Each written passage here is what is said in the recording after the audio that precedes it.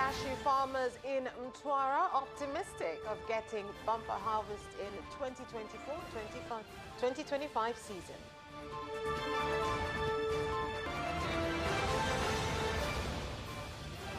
And in sport, Simba's new player Eli Mpanzu to be unveiled at the CAF Confederation Cup group stage game against CS Sfaxien.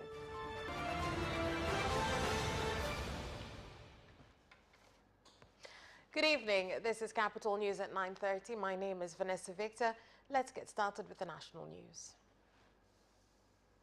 The Vice President of Tanzania, Dr. Philip Mpango, while on a working visit in Tabora region, has called on the Ministry of Natural Resources and Tourism to quickly resolve the problem of wild animals, including elephants, that invade people's homes in Igunga District, Tabora region. Tumekuwa tukipata changamoto sana ya tembo, wanavamia wananchi, wanaharibu nyumba, wanaharibu vyakula, lakini imesababisha mpaka mauaji baadhi ya ndugu zetu. Amesikia ombi lako na umesikia maelezo yake, ataongeza nguvu kuleta wataalamu wa kufukuza wale tembo kama hatua ya mwanzo, halafu hizo hatua nyingine zinafuata. Wakati tunaendelea na zoezi la kufukuza tembo kwa kutumia mabomu baridi, lakini jitihada nyingine hizi tunakuja nazo, tunawahakikishia maisha yao yatakuwa salama. Meanwhile, Tanzania Wildlife Management Authority TAWA, during a handover exercise of 2,567 chili bombs and other equipment to deter wild animals such as elephants, has said that the authority is planning to start in harvesting wild animals such as crocodiles that have been causing harm to the public and distributing the meat to residents. Tunaandaa mpango kwa ajili ya kuvuna hawa mamba na viboko, na kama tulivyobainisha ni kwamba hivi karibuni Mheshimiwa Waziri mwenye dhamana ya Wizara ya Maliasili na Utalii atazindua huo mpango wa kuvuna hawa mamba na viboko. Lengo ni kuhakikisha kwamba tunavuna hawa wanyama ambao wanaleta madhara, tunawapunguza.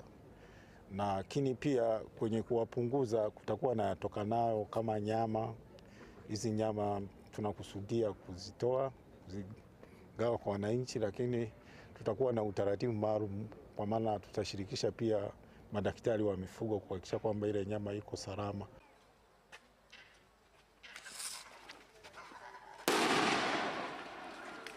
Vya moto tunapata changamoto fulani, lakini tangu tulivyoanza kupata hivi vitendea kazi, hasa haya mabomu baridi yalioletwa kwa mchanganyiko wa pilipili, yametusaidia sana usiku, na tunapata ushuhuda, tunapata ripoti kutoka kwa wapiganaji kwamba wanavyoyarusha usiku tembo wanakimbia na madhara kwa wananchi yanapungua.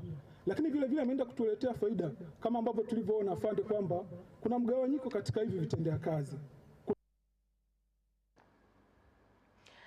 And Tanzania Revenue Authority has assured that it will resolve truck congestion at the border of Tanzania and Zambia in Tunduma, Songwe region, by improving the scanner at Nakonde in Zambia that is used to inspect vehicles entering Zambia, which has been said to be slow-paced. Katika mji wa Tunduma kuna mambo ambayo na sisi tutasaidia. Nataka nihakikishe leo tutayafanya. Moja ni skana ya Nakonde, uwezo wake ni mdogo na haina uwezo wa kuscan magari mengi. Kwa siku ni 150. Sasa kama 150, wakati hapa kuna magari kwa siku mpaka 300, tulikubaliana kama nchi tuwasaidie tuwe na cargo scanner ya kisasa ambayo inaenda haraka. Nataka niwahakikishie mbele yenu, tutahakikisha tunapata hiyo skana na tunaipeleka kule ifanye kazi kwa haraka sana. Kuna lugha zile zinazokuja za kwamba TRA asipofika malengo basi atakuwa anapoteza kazi. Sasa kinachotukuta sisi kama hakufika hayo malengo ni kuturudia. Nimeona asilimia kubwa vijana sasa wanaogopa. Naomba kama kuna uwezekano tufanye kama halmashauri, tuwekeni hata shilingi 1000 gunia tulipe pale, tupite pale katikati. Residents of Mwanza, including traders that depend on marine transport at Lake Victoria, have asked the government to restore MV Clarius transport services that stopped after it sank in May of this year. This is so they can avoid having to use cargo boats for transport. Serikali ingerudisha kivuko cha MV Clarius kwa sababu hizi boti za kawaida za mizigo hizi abiria unakuta ni wengi. Kwa hiyo kile kivuko kinaelemewa, wengine wanaamua kupanda ili mradi hawahi kufika nako kwenda. Kwa hiyo unakuta inagharimu. Serikali kama serikali ingetuongezea vyombo vya usafiri wa kubeba abiria kutoka hapa Mwaloni kwenda sehemu tunazoelekea visiwa mbalimbali.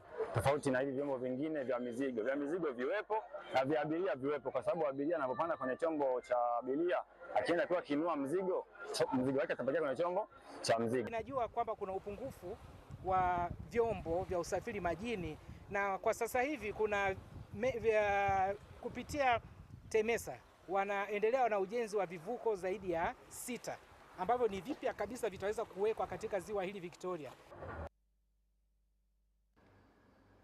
And the government of Zanzibar has for the first time started the process to build food storage warehouses as part of efforts to ensure Zanzibar has food security. Utekelezaji wa jambo hili kwa sasa tayari kazi yetu imeanza. Kwa hivi karibuni tumejenga maghala mawili mapya, kwa maana moja liko Kizimbani Dole pale na moja liko Kisiwani Pemba, ambalo moja linaweza likabeba tani 1,500 na moja la Pemba linaweza kubeba kwa wakati mmoja tani 1,000.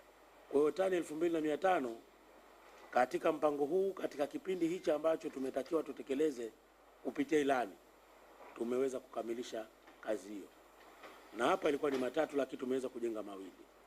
Lakini mengine ambayo tumekarabati, nadhani pale nzi wengi, Sheikh Faruk wewe ni mwenyeji pale, mambo yako vizuri. The Minister of Finance, Dr. Mwigulu Nchemba, while meeting with the Managing Director of the United Bank of Africa, UBA, Gupenda Makinde, at the Ministry offices in Dar es Salaam, has commended UBA for being ready to work with the government to fund various strategic development projects, including the Julius Nyerere hydroelectric project. We network and see how we can work together. We are almost completing the hydropower project. It's over 98%, close to 99, something like that. And now we are now struggling to see how we can work on transmission, because after generation we have now a task of seeing to it how we transmit the generated power from the hydropower. And I know the role that UBA plays in each countries where we operate by supporting government in major projects. The African Cup of Nations Stadium in Cameroon, for example, was financed by UBA. A couple of other projects that we do for countries, because our presence must also register support for the government. So, but here, what we do essentially is to support contractors, and a major one is the Julius Nyerere hydropower project, where we are supporting the JV of Arab contractors and as well the electrics. Strategies to strengthen businesses and the employment market for member countries of the East African Community have continued to pick up speed after South Sudan signed an agreement joining other countries of the community in implementing plans to oversee or manage standards in the engineering profession in order to strengthen the employment market. Soko la pamoja haliwezekani bila watu kutembea, watu kuchangamana, na haliwezi kufikiwa bila vipaji na taaluma kutambuana, na zinaweza kutambuana iwapo viwango vinafanana. Kwa lugha nyepesi, Mhandisi aliyesoma Tanzania, aliyesoma Sudani ya Kusini, aliyesoma nchi yote Kenya, au wamesoma vitu vile vile na wamepata uzoefu unaofanana, ili zile certificate, zile license zitambuane kwa Afrika Mashariki yote. Also, I would like to assure the East African Community Partner State and East Africa Secretariat of our commitment to support the Engineering Council of South Sudan to achieve its transformation into international competent regulatory body. Republic of South Sudan join the mutual recognition agreement. We're very proud and happy that we are showing leadership at the global level to be cooperating in such a deep way, and we are looking forward to welcoming our brothers from South Sudan to come and for us to also be able to move freely across the East Africa region. We have our unsigned mutual recognition. We study in Sudan, South Sudan, they study in Uganda, they access medical facilities in Uganda, we access services in South Sudan. So we are happy this day that we are finally signing this and making it official. So we thank Chairman for making this happen. The East African Community Secretariat has been supporting us, and the GIZ, which has also supported us logistically and also technically.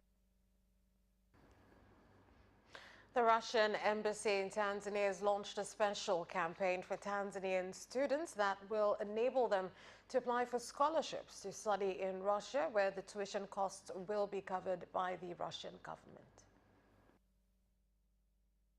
That today, on 7th of October, we start a new admission campaign for Tanzanians to study in Russia.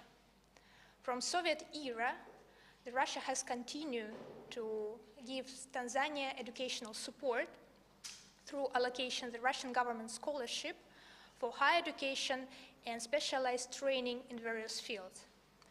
To date, more than 5,000 Tanzanians have graduated from Soviet and Russian universities, and now they're serving for their country. Kwa fursa hii adimu sana ya kuweza kusoma nchini Urusi, kupata elimu bora kabisa nchini Urusi. Tunajua kuna watu mbalimbali wamesoma nchini Urusi na wanafanya vizuri sana. Tuna madaktari bingwa kabisa, tuna wahandisi, engineers, tuna wachumi, waalimu, tuna watu wa aina mbalimbali wamesoma nchini Urusi, na tunajua Urusi inatoa elimu nzuri sana. Tuchangamkie fursa hii. Basi niwaambie wanafunzi kwamba ukishajaza fomu ile online, pale mwishoni kabisa inatakiwa we download application. Ile application yote ile unaidownload. Ukisha-download, tunaomba uje Russian Cultural Center nayo, uje nayo. Unaweza ukaja nayo wewe physically, au unaweza ukamtuma mwakilishi akaja nayo kwa wale ambao wako nje ya Dar es Salaam. That is all for the national news. Business news is up next.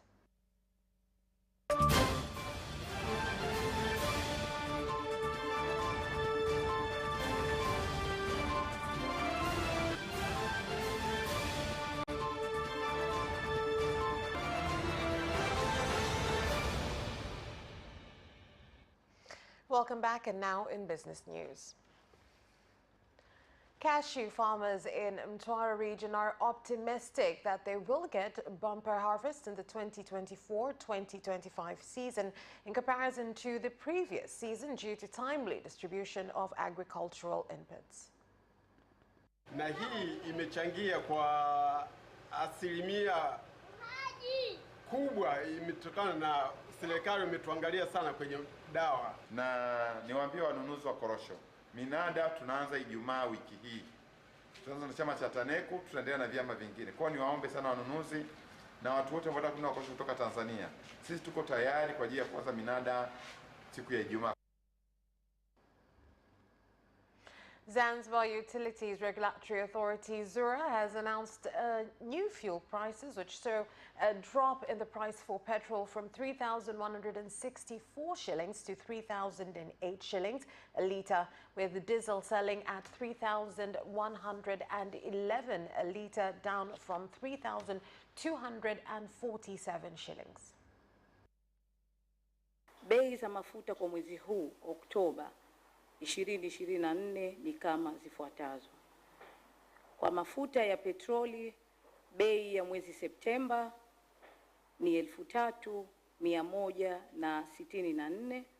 Bei ya mafuta kwa mwezi huu wa Oktoba 2024 itakuwa 3,008.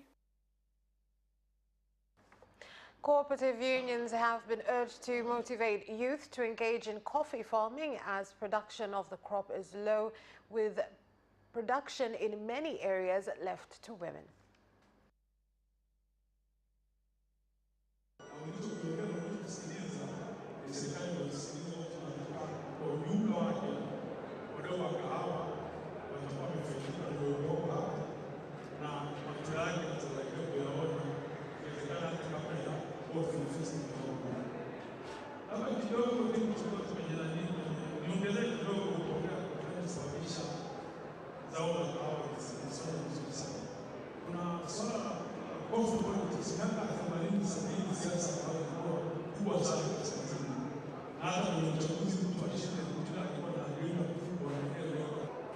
Badala ya kufanya maendeleo, kilimo kimebakia kwa kina mama.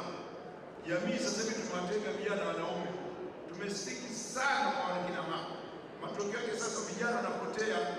Kuanzia sana asubuhi wanacheza pool, anakunywa mbege, mla anachanganya na gongo na kiwivu. Matokeo yake hatuna taifa, hatuna waume, hatuna hata ndoa zinazoweza kuendelea sasa. Watu wabakia tukija kujikuta tumekaa ni wazee tu. Wote waume sana. Ambos na vyama vya ushirika tuweze kuhimiza jamani vijana wetu na hasa kina baba turudi. Baba ndio nguzo ya jamii. Tukiachia kina mama kwa sababu anashughulika na ndogo kwenye kipato, matokeo yake tutachanganyikiwa, utakuwa na shida kwenye nguvu. Na mimi And that is all for the business news. Sports news is next.